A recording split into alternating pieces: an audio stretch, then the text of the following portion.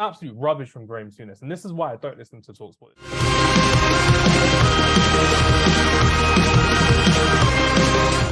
Just one player each that you're looking forward to watching this weekend. No, I'm looking forward to Raheem Sterling. Probably a bit selfish for me to say so, but I think this is the game. Leicester at home. I think this is the game he scores, and I think this is the game where he probably kicks on from here. And don't say that, because Leicester are rubbish. Don't say that. Don't say that. I transferred him out this week as well. Goodness sake. Well, trust me.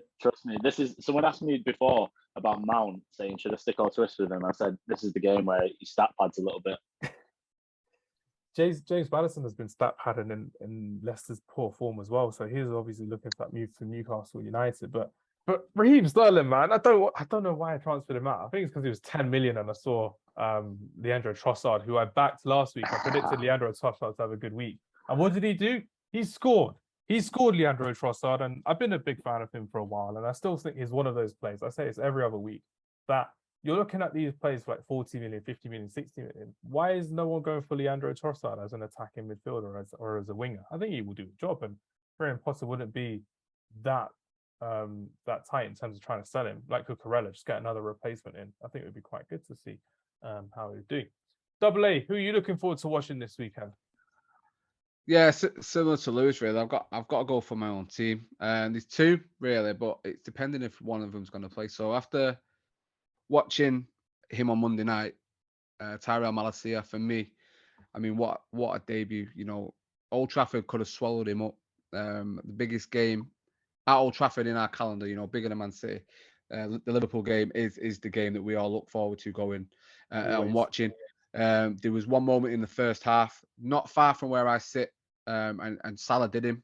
And, you know, he very well could have withdrew himself and just tried to play it nice and simple and had a quiet game, or, you know, he could have gone the other way and just totally just had a nightmare. He didn't. He stood up and he proved why Luke Shaw's not getting back in that team for me. He was unbelievable. What a player he is. And those last-ditch tackles, those recovery tackles, you know, strong, fast, smart on the ball as well. He was really shown we've been missing a top-class left-back for a long, long time. And he's a player that we all maybe thought Luke Shaw was going to be before, obviously, that horrible leg break. So he's definitely one. But if Casemiro plays on Saturday, it has to be him. I mean, we've spoken. I'm a Brazil fan, and any Brazilian United buy, I back him. I back Fred, even though Fred is Fred.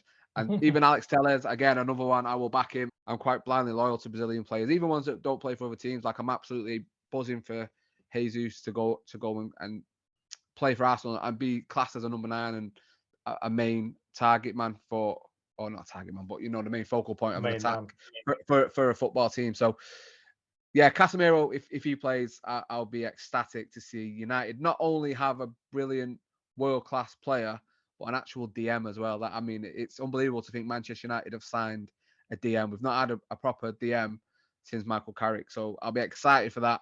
How's Graham Souness still got a job at TalkSport and Sky Sports after that trash that he spoke this week about Casemiro not being the top player, not being a progressive passer, not being a ball-playing midfielder, not being a top... Yeah, absolute rubbish from Graham Souness. And this is why I don't listen to TalkSport. This is why you listen to the new media, i.e. the Cookie Podcast and Talking Kit. Shout out to both of you as well.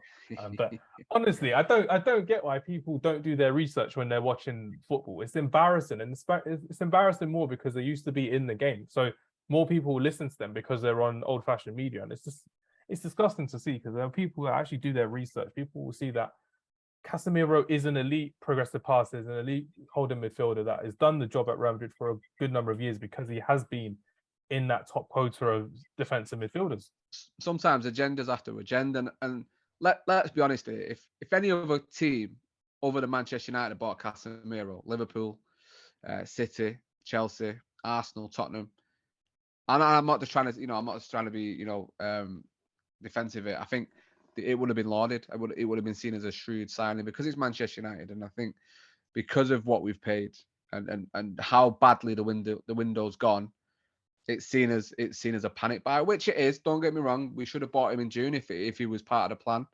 He's obviously a De Jong alternative, but it's still an amazing signing, and a signing Manchester United have needed for several years now. So, you know, I don't worry too much about what Graham Souness has to say. He's not someone I pay attention to. He's not someone I appreciate or value his opinion. So whatever he says. And, you know, I'm comfortable in knowing that Manchester United have signed one of the best defensive midfielders in world football.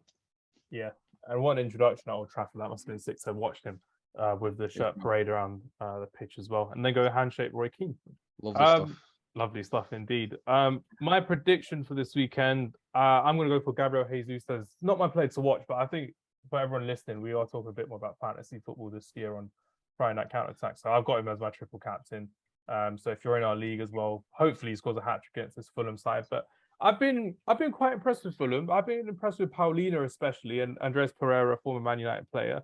So one player for me to really watch out for is Paulina, because I've really enjoyed watching his start up in the Premier League. I thought he's been a player that I think should have been in the top 6. Nunes has gone to Wolves. Paulina's gone to Fulham. These are players that won the league with Sporting Lisbon. They're players that have actually done well going in, getting into their country's team as well. And I genuinely think that even though you've got Jorge Mendes working with Wolverhampton Wanderers, as you would, fair enough, he can get any player he wants from Portugal.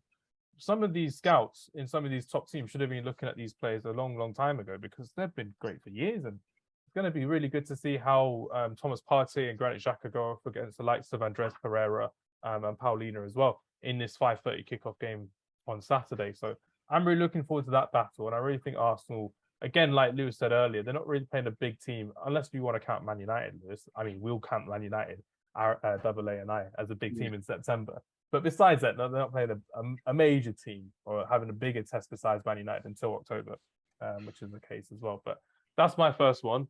And then second one, I'm really interested to see how West Ham United deal with being bottom of the table. 3 games in, no points, just defeat. We know we got West Ham fans following our podcast and following us on social media as well. Big up to them. But maybe it's time to give Scamacca a start against Aston Villa. Maybe it's time for him to actually get rid of Mikel Antonio from the first team, because I know Cornet had a game in the Europa League or the Conference League, I think, and he did all right. And Scamacca scored last weekend as well.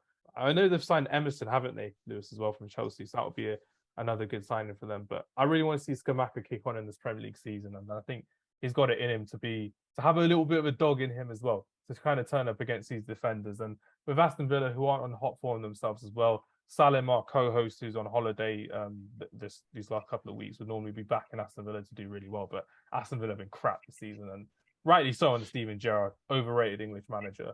Didn't need to leave Rangers when he did. He should have stayed another season or 2 to work with them going further. And losing Michael Beale from an Aston Villa point of view has been massive for Aston Villa. They haven't got an assistant coach who can replace the kind of quality that he actually brings in.